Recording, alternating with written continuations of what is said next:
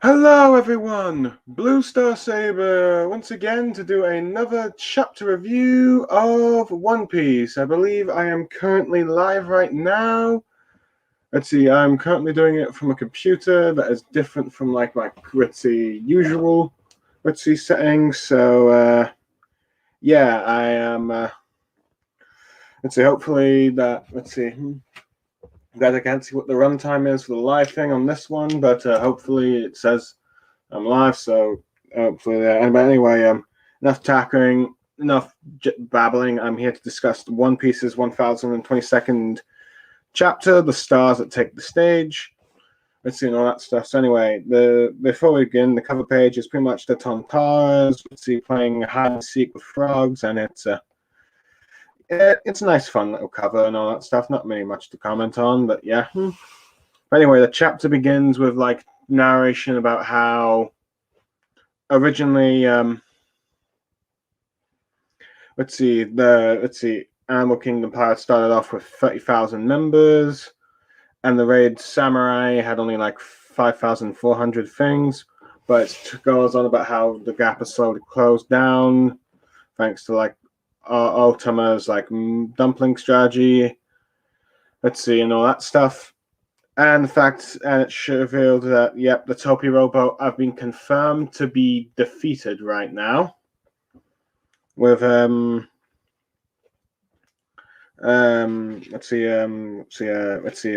Black Maria, Who's Who, and Sasaki revealed to confirm that yes, they have been knocked out from their previous bouts. All that stuff, which I think was much confirmed with Black Maria, but I think it was remain ambiguous about Who's Who and Sasaki, I think. But now, yep, they're down and out for the count. And there's also a little page of like showing like where each of them have been knocked out, such as Who's Who, Uti, page 1, Black Maria, and Sasaki. You see where respectively they've been knocked out. Now, granted, you don't see page 1 and Uti. But anyway, let's see. We get a glimpse of where where the Onishima is between the mainland of Rano and Itritsi. Let's see, it will take 15 minutes before it reaches the Flower Capital. We see a brief panel of Luffy all getting pumped up and all that stuff.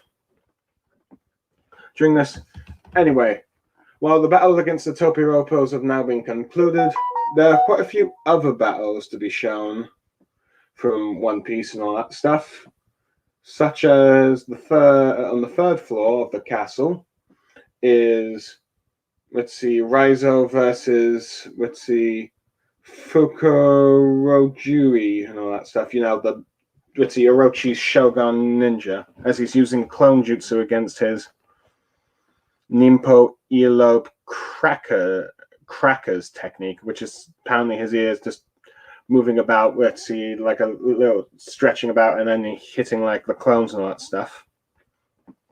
You kind of get Raizo asking why he would serve, Orochi, with him, responding how Shinobi exists to serve the current Shogun, whoever it is. So we have that.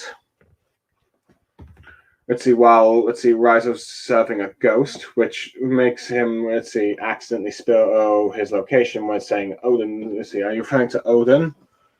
So he gets hit in the face with those ear attacks. With him commenting on that he's too emotional to ever be a shinobi, no matter how much his skill is. However, Raizo says that those are their emotions and what makes them who they are, the retainers of Oden and all that stuff. About how they laughed together on that fateful day and cried, and apparently how they did perish with Oden that day, and then there's nothing more than ghosts driven to carry out their lord's wish. And they'll carry out this mission until, Orochi's reign and Orochi and Kaido's reign is at an end, and Momosuke will be Shogun, as we get these panels of the current status of like the members of the Red Scabbards, as we see each of them. Hold on, let me just get the Red Scabbards One Piece on 9 red scabbards, and I just need to find the name of. I can't believe I've forgotten the name of some of these characters. Let's see. Yeah, Karamatsu. There we go. We see Karamatsu drawing a sword. We've still got Kimimon lying, possibly dead.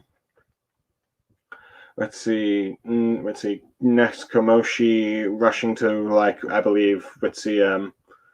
Sparrow. Let's see. Denjiro. Let's see. Also running to somewhere. Kikaku. Let's see. Still being stabbed. Let's see. Still being knocked out from the stab. Well, we don't know her fate.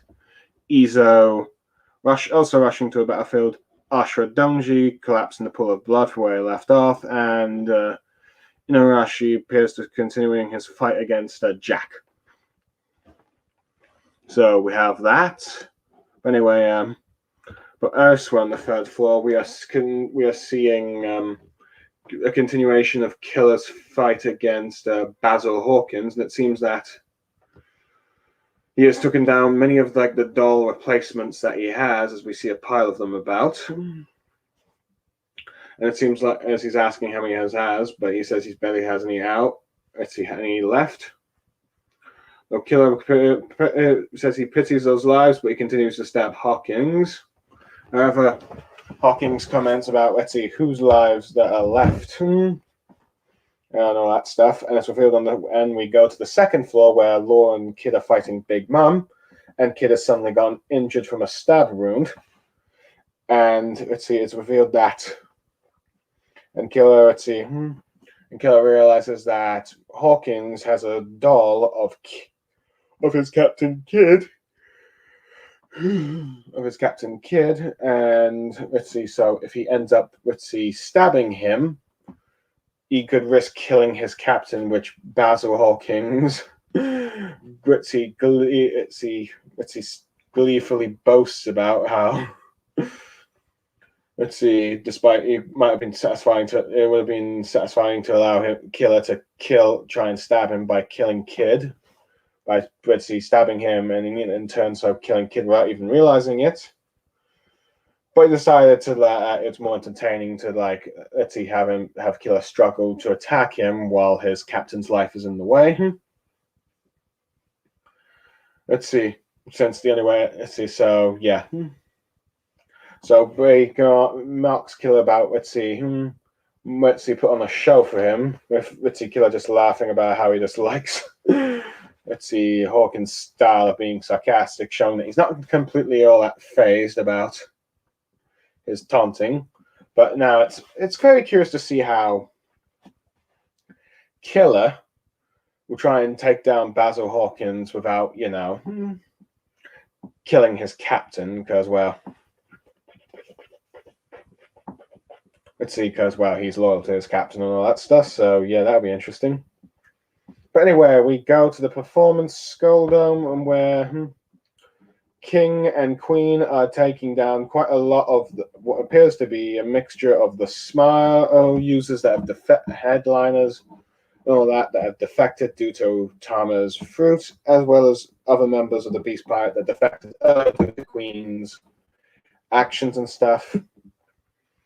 With them just commenting about how all those miserable traitors and pirates, the price of treason, saying that to betray the pirates, the price is very steep, as we see King burning one with his hand and all that stuff. We're supposed to see with some of the lesser pirates saying former Beast Pirates saying, "Where's Marco?" Let's see, and it reveals that Marco has seemed to have reached his limit and is out of stamina and now they've just got to fight on their own. And even Sanji looks like he's been knocked down a bit because, well, he tried taking them all on at once, but it was too much for him and all that stuff. And apparently they're looking for Zoro, with Sanji asking Dritzy, Chopper, and I believe Miyagi that if the medicine that was supposed to get Zoro back on his feet isn't working, get him out of this fight before he gets damaged. Let's see.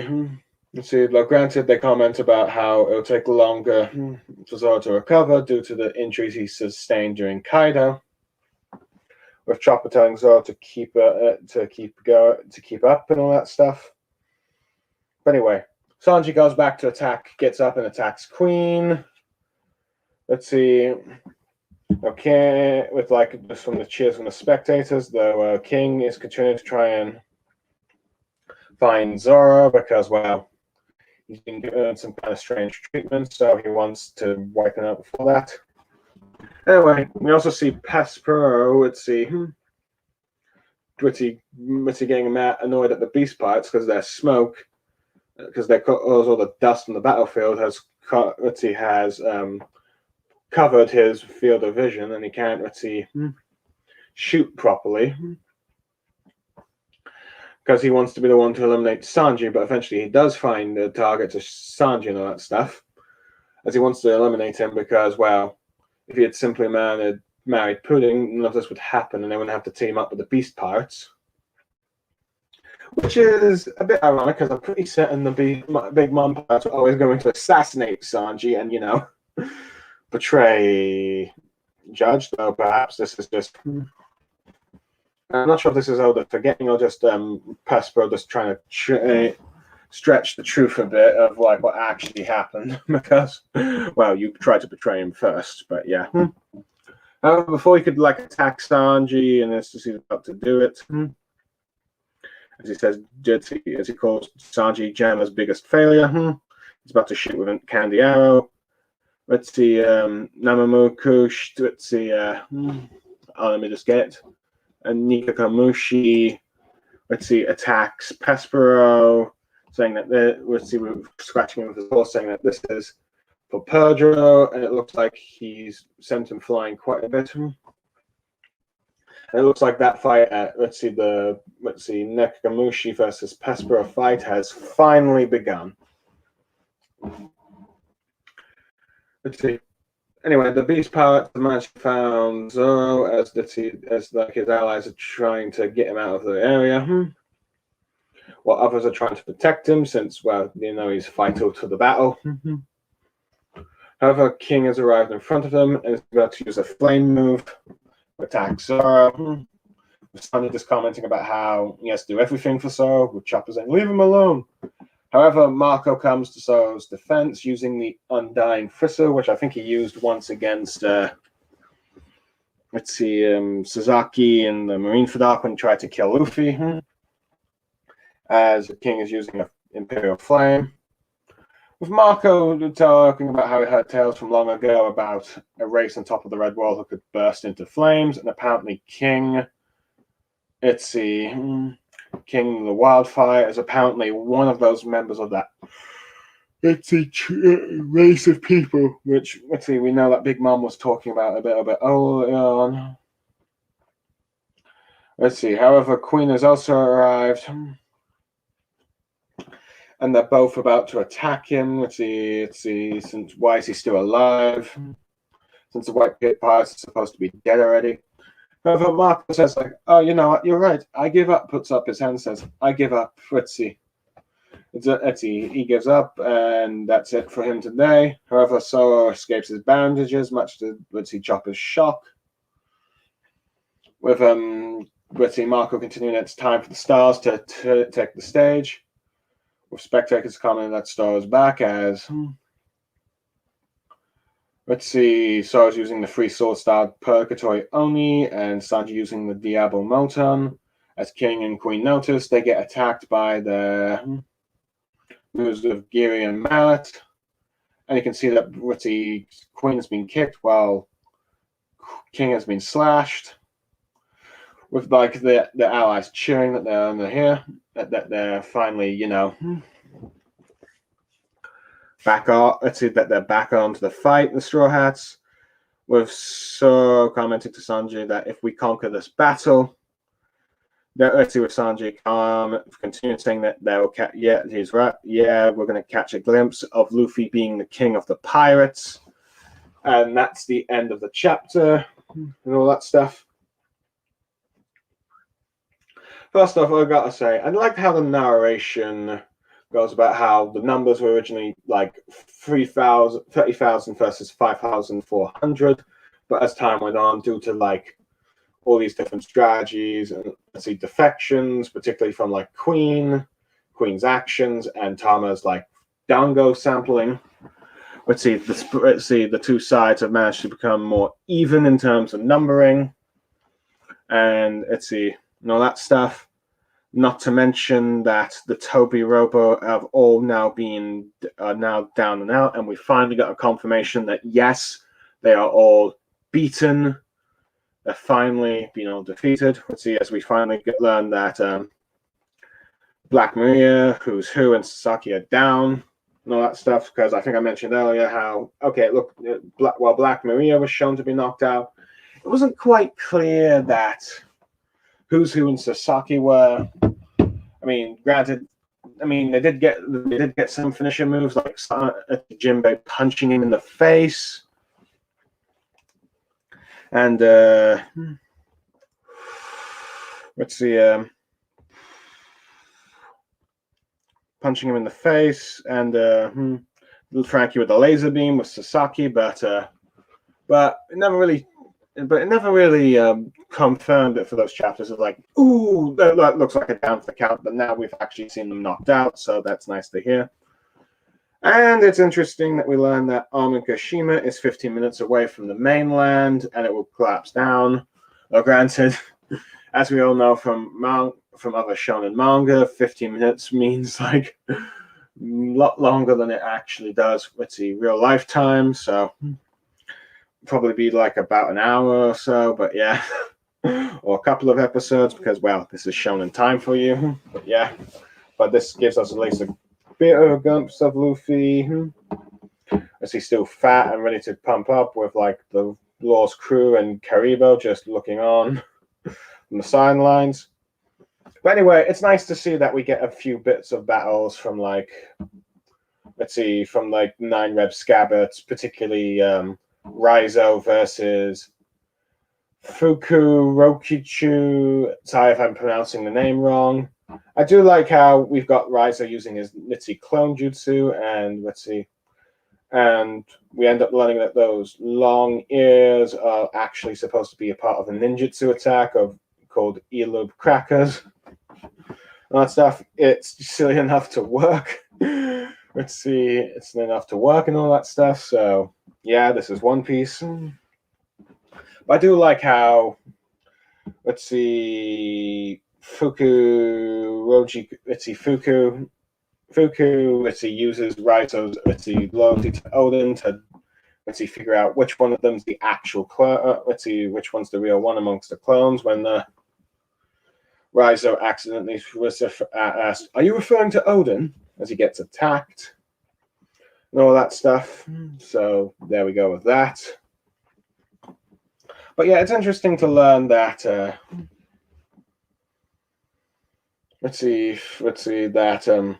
the reason why Fuku, remained loyal to Orochi despite the fact that he's such a wretched man is because Shinobi exists to serve the Shogun, whoever it is. Let's see, and as long as Orochi is the Shogun, he will serve him. It doesn't matter. And he won't serve a past dead ghost such as Oden, like Raizo is. So it shows the two differences between, their philosophies of being a ninjas and who they should serve. For Fuku, it's pretty much the current. It's who's ever at the present.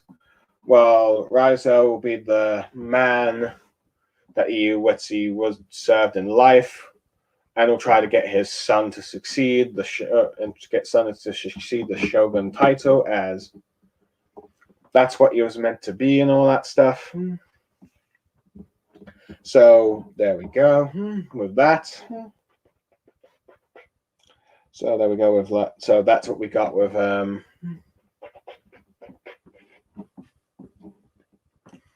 that's what we got with so that's why we got that's like the sort of like they're both like their beliefs, it's a clash of ideals and all that stuff. So we got that. So yeah, it's interesting to believe that Ryza believes that they all died with Odin that day, and they're just ghosts keeping let's see, keeping together, just try and only staying alive to the moment, just to make sure Momosuke becomes shogun, which was kind of hinted at with many times with Kimino and that stuff. Which, speaking of which, we still have no idea if he's dead or alive and all that stuff. But yeah. So yeah, so because we see him, Kikaku and Ashura Donji still collapse from their wounds and all that stuff. So we still don't know if they're dead, but at the very least, they are out of the fight currently, while the others are either rushing to their fights or whatever battlefield they're going to, or currently fighting theirs. In the case of let's see, on Inarashi or Dogstorm, I guess. But yeah. Anyway, it's nice that we get a little glimpse of Killer's fight with Hawkins and all that stuff, which I'm glad that we're seeing at least bits of it. I mean, I figured we're not going to get a full-on chapter of this fight, but at the very least we see seeing that Killer has done quite a bit of number on Hawkins, his dolls and that stuff. And when we see him attack Hawkins again, it ends up revealing that we learn that Kid is actually one of the dolls. Now, how Hawkins did that, I must assume that was probably during the time of their, when they formed the Pirate Alliance, he must have done that without Kid even noticing and all that stuff. That's what I'm having to guess here. It's also kind of nice to see a brief glimpse of the fight against Law and Kid versus Big Mom, though that we only really see one panel of it, since all we're seeing is Kid getting wounded from Killer's attack. So I assume that these two will get at least a few chapters dedicated to their fight against Big Mom, because, well, it's a Yonko, and they're from the worst generation. Let's see. So yeah. Anyway, we end up seeing a bit of a sarcastic side with Hawkins with this, as he's goading, as he was originally planning for Killer to not find out until actually he killed the Kid. But he finds the idea of this torture, mocking, just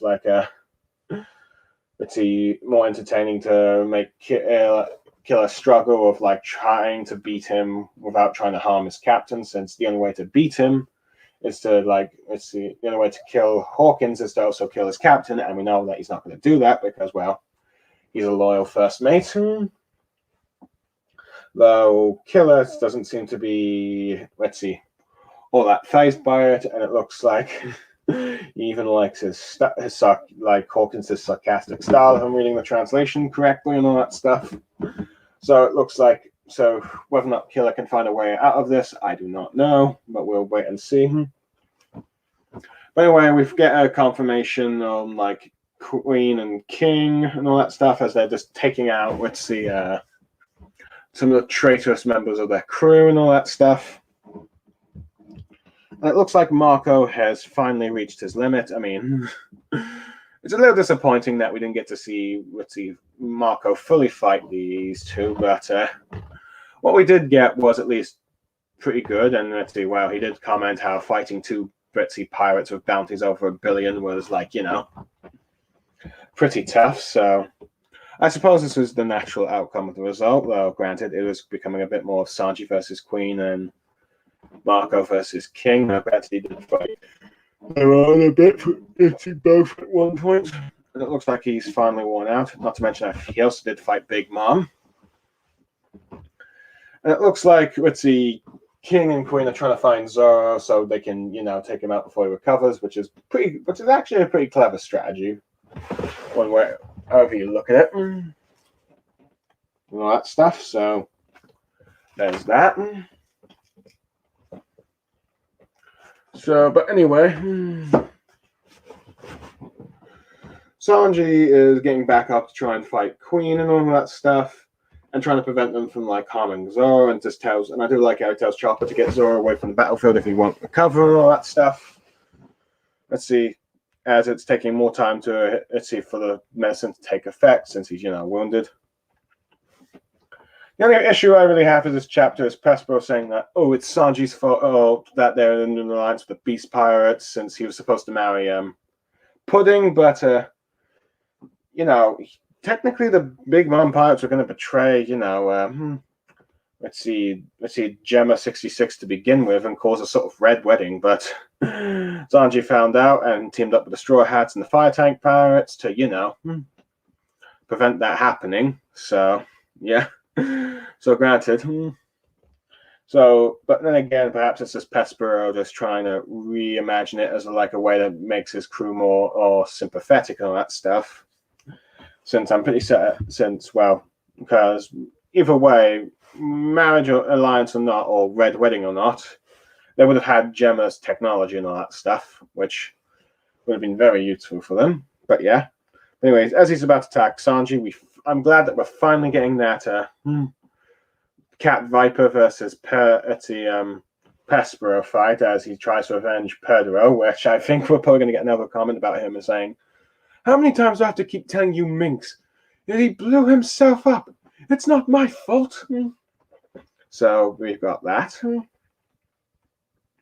Anyway, I do like how the samurai try to get Zoro out of there, but King ends up intercepting and using a fire attack, and we end up seeing one last move from Marco, which I think is the same defense form he used against Sasaki. Anyway, but I need to probably reread the Marineford arc to confirm that.